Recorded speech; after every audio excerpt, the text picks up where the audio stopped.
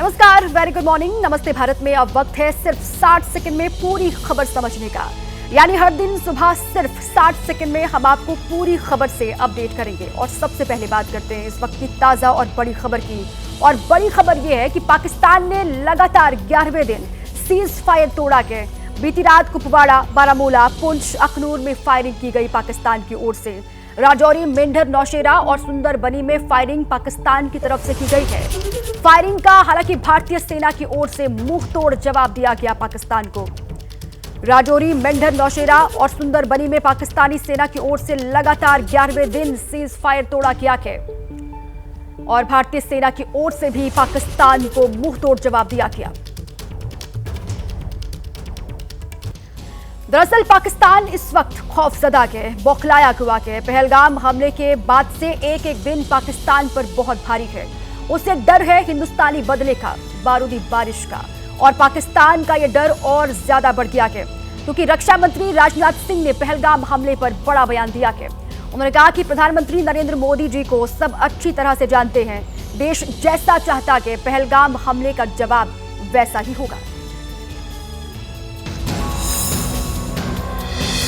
मैं आपको आश्वस्त करना चाहता हूं कि प्रधानमंत्री मोदी जी के नेतृत्व में जैसा आप चाहते हैं वैसा होकर रहे हैं। रक्षा मंत्री के इस बयान को पाकिस्तान के लिए बड़ा संदेश माना जा रहा है।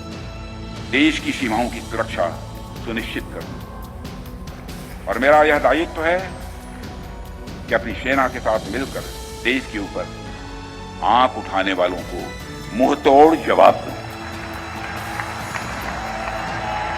आप सभी हमारे प्रधानमंत्री नरेंद्र मोदी जी को अच्छी तरह जानते हैं। राजनाथ सिंह आज जापान के रक्षा मंत्री जनरल नकातानी के साथ बातचीत करेंगे।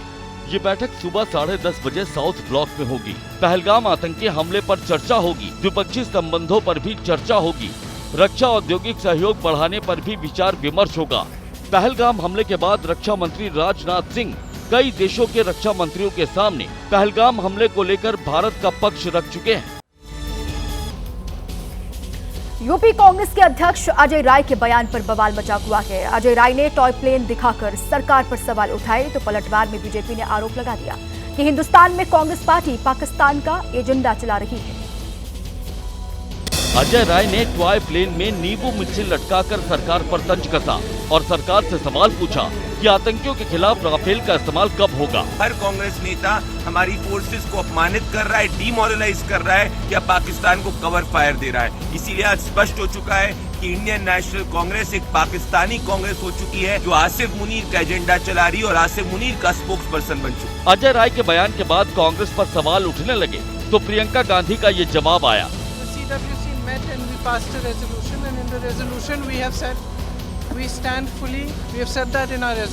कांग्रेस की तरफ से तो सफाई आ गई, लेकिन अजय राय ने जिस टॉय प्लेन को दिखाया उस पर राफेल लिखा था और टॉय प्लेन से राफेल की तुलना करने पर बीजेपी भड़क उठी। ये राफेल कब ये उड़ेगा, ये नींबू मिर्ची कब हटेगी, ये योगी जी रक्षा मंत्री जी यहीं से सांसद हैं लखनऊ से, ये कार्रवाई कब करेगा, हम लोग इसके इंतजार में बैठे।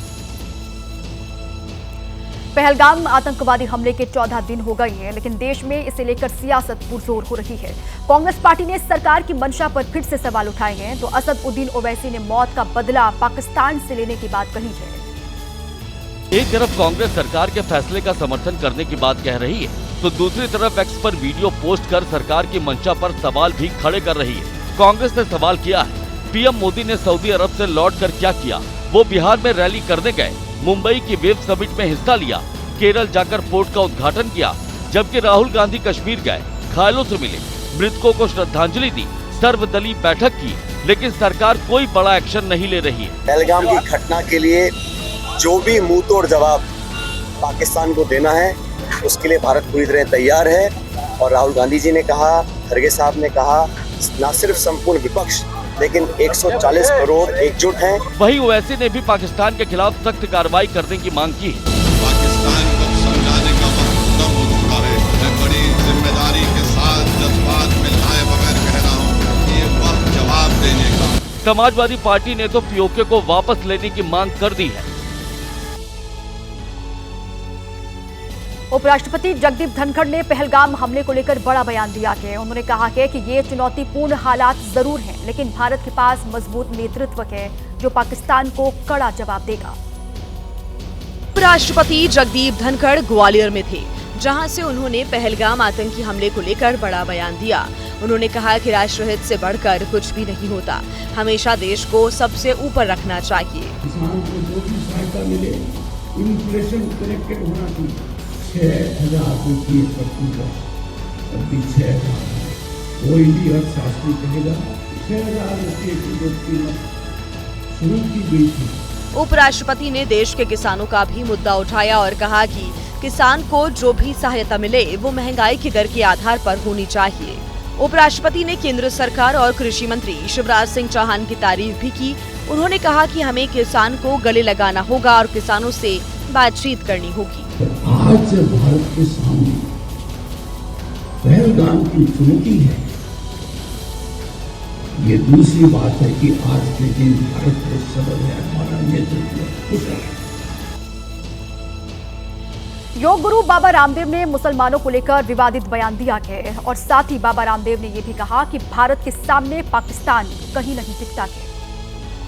मुसलमानों को लेकर योग गुरु बाबा रामदेव ने कहा कि भारत में बाबर जैसी नालायक औलादें और औरंगजेब जैसे क्रूर लोग 2-4 की संख्या में बस गए और ये आज 20 करोड़ बन गए हैं। ईसाइयत अपने अलग कारणों से एक्सपोज हो चुकी है और अमेरिका टेररिज्म के चलते अलग तरह से एक्सपोज हो चुका है। भारत के साथ 4 दिन भी खड़ा नहीं हो सकता युद्ध के लिए। अब तो मुझे लगता है थोड़े दिनों में हमें अगला गुरुकुल एक कराची में और अगला लाहौर में बनाना पड़ेगा। योग गुरु बाबा रामदेव पाकिस्तान से लेकर अमेरिका तक पर बरसे और उन्होंने ईसाइयों की मंशा पर भी सवाल उठाए। बाबर और उसकी कुछ ऐसे ही नालायक औलादें, औरंगजेब जैसे क्रूर लोगों ने हमने 2-4 पहले तो आके चले जाते थे लूटपाट करके, और 2-4 को आज कितना बना दिया उन्होंने, 20 करोड़ से ज्यादा। तो यदि वो 3 लाख से ज्यादा मदरसे बना सकते हैं, वो लाखों मस्जिदें बना सकते हैं, तो हम सनातन धर्म से देश में 5 लाख गुरुकुल क्यों नहीं बना सकते। कश्मीर के कुलगाम जिले में ओवरग्राउंड वर्कर की भागने की कोशिश के दौरान मौत हो गई है। सुरक्षा बल इसे आतंकी ठिकाने की पहचान कराने के लिए अपने साथ लेकर पहुंचे थे, जहां पर अचानक ही ये नाले में कूद गया और पानी में डूबने की वजह से उसकी मौत हो गई। पाकिस्तान से जारी तनाव के बीच पंजाब के सरहदी जिले फिरोजपुर कैंट में ब्लैकआउट मॉक ड्रिल की गई, जिसके लिए पहले अनाउंसमेंट किया गया और रात को पूरा जिला ही अंधेरे में डूबा हुआ दिखाई दिया। पाकिस्तान से जारी तनाव के बीच सीमा से सटे फिरोजपुर कैंट जिले में ब्लैकआउट मॉक ड्रिल की गई, जिसके लिए पहले अनाउंसमेंट कर नागरिकों को ब्लैकआउट मॉक ड्रिल की जानकारी दी गई और फिर रात होने पर 30 मिनट के लिए ब्लैकआउट मॉक ड्रिल के तहत पूरे शहर में अंधेरा दिखा, जहां पुलिस के जवान मुस्तैदी के साथ गश्त करते दिखे। रात 9 बजते ही फिरोजपुर कैंट के सभी घरों की बिजली बंद कर दी गई। आधे घंटे तक ब्लैकआउट मॉक ड्रिल के दौरान पुलिस की गाड़ियां सड़कों पर दौड़ती दिखी। इस दौरान जहां फिरोजपुर कैंट का पूरा इलाका अंधेरे में डूबा दिखा, तो सड़क पर भी इक्का दुक्का गाड़ियां ही दौड़ती दिखाई दी। पुलिस ने भी नाकेबंदी कर पूरे इलाके की चेकिंग की। युद्ध के हालात में दुश्मन के हमले से बचने के लिए इस ब्लैकआउट मॉक ड्रिल का आयोजन किया गया, ताकि अगर हालात खराब हों तो इसके जरिए दुश्मन के किसी भी हमले से आम लोगों को बचाया जा सके। मॉक ड्रिल के दौरान पूरा इलाका ही छावनी में तब्दील नजर आया, जहां सड़क पर पुलिस के जवान लोगों को समझाते और ब्लैकआउट मॉक ड्रिल की अहमियत बताते हुए दिखाई दिए। यूपी के कानपुर में भीषण आग की लपटों का तांडव देखने को मिला। आग ने चमनगंज इलाके में मौजूद 5 मंजिला इमारत में जम करके उत्पात मचाया और इस हादसे में 5 लोगों की दर्दनाक मौत की खबर है। आग के तांडव की ये तस्वीरें किसी को भी खौफजदा करने के लिए काफी है। आग की भीषण लपटों ने कानपुर के चमनगंज इलाके में ऐसा कहर बरपाया कि हर कोई सन्न रह गया। चमनगंज इलाके में मौजूद 5 मंजिला इमारत में लगी आग इतनी तेजी से भड़की कि हर तरफ अफरा तफरी मच गई, चीख पुकार मच गई। आग 5वीं मंजिल पर चल रहे अवैध जूता कारखाने में लगी थी, जो इतनी तेजी से फैली कि फैक्ट्री में मौजूद 5 लोगों को निकलने का मौका तक नहीं मिल पाया। हादसे में 5 लोगों की झुलसकर मौत हो गई। आग लगने की जानकारी मिलने के बाद फायर ब्रिगेड और पुलिस की टीम मौके पर पहुंची, जिसने कड़ी मशक्कत के बाद आग पर काबू पाया। वहीं इस आग में अवैध जूता फैक्ट्री भी पूरी तरह से खाक हो गई। यूपी के सीएम योगी आदित्यनाथ ने इस अग्निकांड का फौरन ही संज्ञान लिया, जिनके निर्देश पर राहत और बचाव काम में तेजी लाई गई। हालांकि फायर ब्रिगेड की टीम की लाख मशक्कत के बावजूद फैक्ट्री में मौजूद 5 लोगों की जान बचाई नहीं जा सकी। अवैध जूता फैक्ट्री में लगी आग की पुलिस जांच में जुटी है। यूपी के श्रावस्ती में अवैध मदरसों के खिलाफ कार्रवाई लगातार जारी है। अभियान के ऐलान के बाद रविवार को आधा दर्जन अवैध मदरसों पर बुलडोजर चलाकर उन्हें जमींदोज कर दिया गया है। तस्वीरें भारत नेपाल सीमा पर मौजूद श्रावस्ती जिले की हैं, जहां पर योगी सरकार के एक्शन से हड़कंप मचा दिख रहा है। इन इलाकों में अवैध मदरसों की बढ़ती तादाद को देखते हुए सरकार ने इन्हें गिराने का फैसला किया था, जिसके बाद शुरू किए गए बुलडोजर एक्शन से अवैध मदरसा संचालकों में अफरा तफरी मच गई है। रविवार को बुलडोजर कार्रवाई के तहत करीब आधा दर्जन अवैध मदरसों को जमींदोज कर दिया गया। आरोप ये है कि ये सभी मदरसे सरकारी जमीन पर अवैध तरीके से बनाए गए थे। प्रशासन ने इसके लिए पहले ही मदरसा संचालकों को नोटिस जारी किया था, जिसके बाद भी जब अवैध मदरसों को नहीं हटाया गया तो प्रशासन ने बुलडोजर कार्रवाई को अंजाम दिया। अतिक्रमण के खिलाफ अभियान के तहत कार्रवाई की गई। अब तक 68 अवैध मदरसों को सील किया जा चुका है। 164 जगहों पर कार्रवाई की प्रक्रिया जारी है। नेपाल भारत सीमा पर मौजूद अवैध मदरसों पर कार्रवाई हो रही है। बुलडोजर कार्रवाई के दौरान प्रशासन की टीम के साथ पुलिस बल को भी तैनात किया गया था। तमिलनाडु में डीएमके के जनसभा के दौरान पूर्व केंद्रीय मंत्री ए राजा बाल बाल बचे। तेज हवा की वजह से जनसभा में लगी लाइट ए राजा के पोडियम पर जा गिरी। गनीमत ये रही कि ए राजा पहले से ही अलर्ट थे, जो लाइट गिरते ही पीछे हट गए। तमिलनाडु के मयिलादुथुराई की है, जहां पर पूर्व केंद्रीय मंत्री ए राजा जनसभा को संबोधित कर रहे थे, लेकिन तभी सामने मौजूद बिजली का अस्थायी पोल गिरने लगा। ये पोल देखते ही देखते सीधे ए राजा के पोडियम पर जा गिरा। ए राजा ने पोल को गिरते देख लिया था। ऐसे में पीछे होकर उन्होंने इस हादसे से खुद को बचा लिया, लेकिन लाइट का पोल अचानक ही पोडियम पर गिरने से अफरा तफरी मच गई। पोल जिस रफ्तार से पोडियम पर गिरा था, अगर ए राजा इसकी चपेट में आ जाते तो यकीनन वो घायल हो सकते थे। वही हादसे के फौरन बाद आसपास के लोग एक्शन में आ गए, जिन्होंने बिजली के अस्थायी पोल को पोडियम से हटा दिया। दरअसल जिस वक्त ए राजा जनसभा को संबोधित कर रहे थे, उस वक्त तेज हवाएं चल रही थी, जिससे होर्डिंग्स भी फट गई। तेज हवा की वजह से बिजली का ये अस्थायी पोल भी गिर गया, जो सीधे ए राजा के पोडियम पर लैंड हुआ। इस हादसे की तस्वीर अब सोशल मीडिया पर भी वायरल हो रही है, जहाँ पर पूर्व केंद्रीय मंत्री ए राजा के फौरन पीछे हट जाने की वजह से बड़ा हादसा टल गया। वही हादसे के फौरन बाद ए राजा ने भी अपनी जनसभा को खत्म कर दिया। देश के कई हिस्सों में आज भी बारिश का येलो अलर्ट है। कल भारी बारिश के साथ ओले गिरने से फसलों और फलों को काफी नुकसान हुआ है। साथ ही तेज आंधी की वजह से कई जगहों पर पेड़ उखड़कर गिर गए। शिमला में बारिश के साथ ऐसे ओले गिरे जैसे सफेद बर्फ की चादर बिछ गई। शिमला में बारिश भी इतनी तेज हुई जैसे सब कुछ अपने साथ बहा ले जाने पर आमादा थी। मौसम विभाग ने आज के लिए भी येलो अलर्ट जारी किया है। जम्मू कश्मीर के अनंतनाग में भी जबरदस्त बारिश हुई। पहाड़ों की रानी मसूरी में तेज बारिश से जनजीवन अस्त व्यस्त हो गया। देहरादून में हुई अचानक बारिश से मालदेवता के पास सोंग नदी में तेज पानी आ गया। गनीमत रही कि इससे कोई बड़ा हादसा नहीं हुआ। हरिद्वार में तेज हवा के चलते एक विशालकाय पेड़ एक कार के ऊपर गिर गया, जिससे काफी देर तक सड़क पर आवाजाही रुक गई। मध्य प्रदेश के इंदौर में तेज हवा के साथ हुई जोरदार बारिश के साथ ओले गिरे। अचानक बदले मौसम से लोगों को झुलसती हुई गर्मी से काफी राहत मिली। मध्य प्रदेश के भोपाल में भी झमाझम बारिश हुई, जहां तपती गर्मी से लोगों को भारी राहत मिली। दक्षिण भारत के कई हिस्सों में भी मौसम बदला हुआ है। चेन्नई के कई हिस्सों में भी बारिश हुई। उत्तराखंड के मसूरी में तब अफरा तफरी का माहौल बन गया, जब बारिश के बाद अचानक ही कैंपटी फॉल में बड़ी तादाद में मलबा आता हुआ दिखाई दिया। कैंपटी फॉल ने इस दौरान रौद्र अवतार लिया, जिससे मौके पर मौजूद जो लोग थे उनकी सांसें अटक गई। पहाड़ों की रानी मसूरी में उस वक्त हड़कंप मच गया, जब टूरिस्ट की पसंदीदा जगहों में से एक कैंपटी फॉल ने अचानक ही रौद्र रूप ले लिया। मसूरी में हुई मूसलाधार बारिश के बाद कैंपटी फॉल में पहाड़ से मलबा गिरता हुआ दिखाई दिया, जहां साफ पानी के बजाय मटमैले रंग के पानी का झरना उफनता दिखा। तस्वीरों में आप साफ देख सकते हैं कि कैसे पहाड़ से नीचे मटमैले रंग का पानी तेजी से गिरता दिख रहा है। कैंपटी फॉल में तेज बहाव के साथ गिरते मलबे को देखने के बाद आसपास के लोगों की सांसें अटक गई। कैंपटी फॉल के आसपास मौजूद दुकानदार सहम गए। देखते ही देखते कैंपटी फॉल में उतरा मलबा पूरे इलाके को अपने आगोश में लेने लगा। लोगों की दुकानों में मलबा फैल गया। हालात को देखते हुए पुलिस ने लोगों के कैंपटी फॉल जाने पर रोक लगा दी।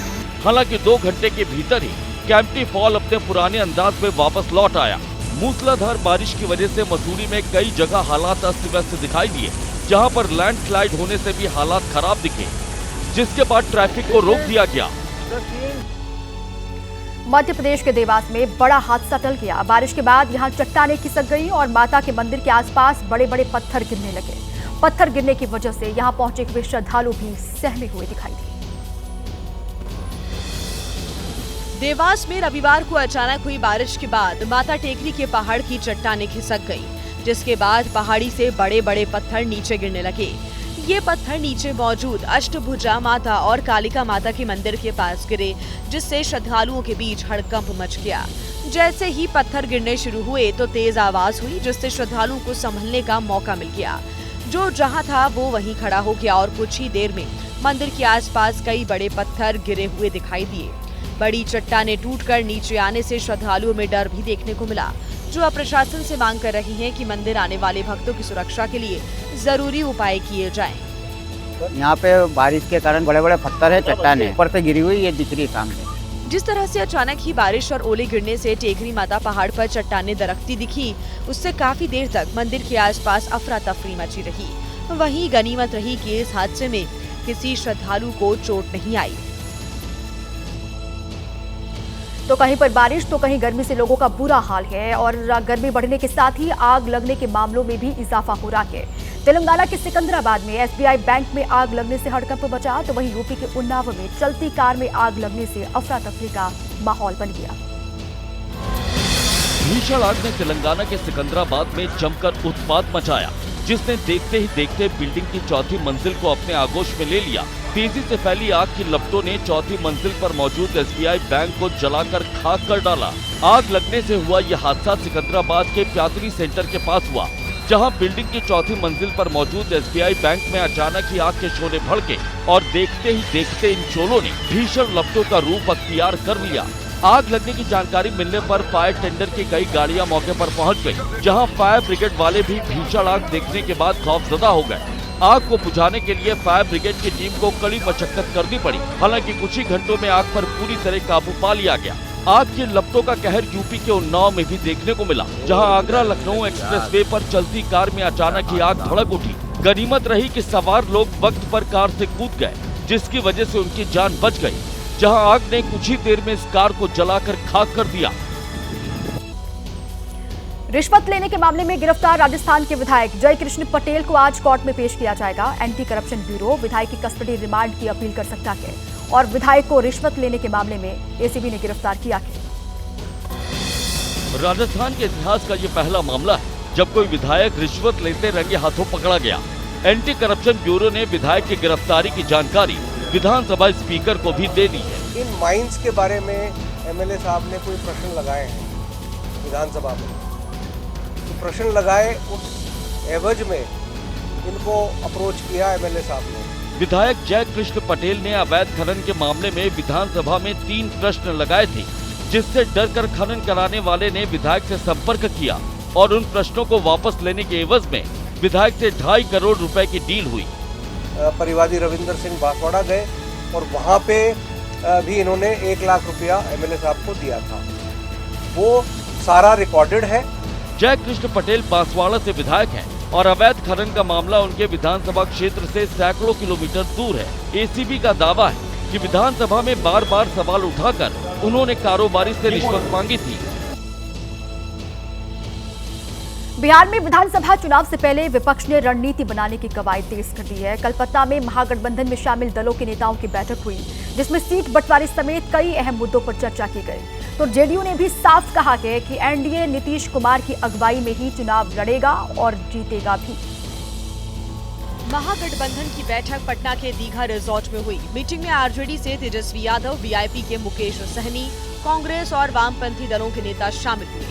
बैठक का सबसे ज्यादा फोकस गठबंधन के दलों के बीच आपसी समन्वय पर रहा। कोई भेद नहीं, बूथ लेवल तक एंगेजमेंट में एक साथ काम होगा, चाहे कोई भी दल हो। हालांकि इस बैठक के बाद भी साफ नहीं है कि महागठबंधन में सीट बंटवारे का फॉर्मूला क्या होगा और गठबंधन का नेतृत्व कौन करेगा, जिस पर JDU ने चुटकी ली।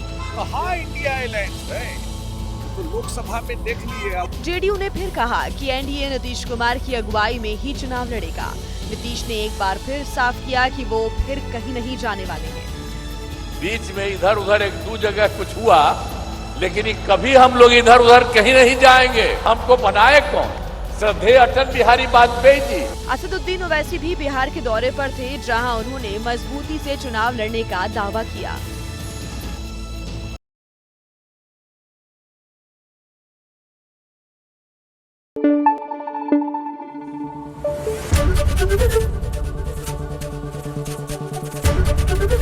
एबीपी न्यूज आपको रखे आगे।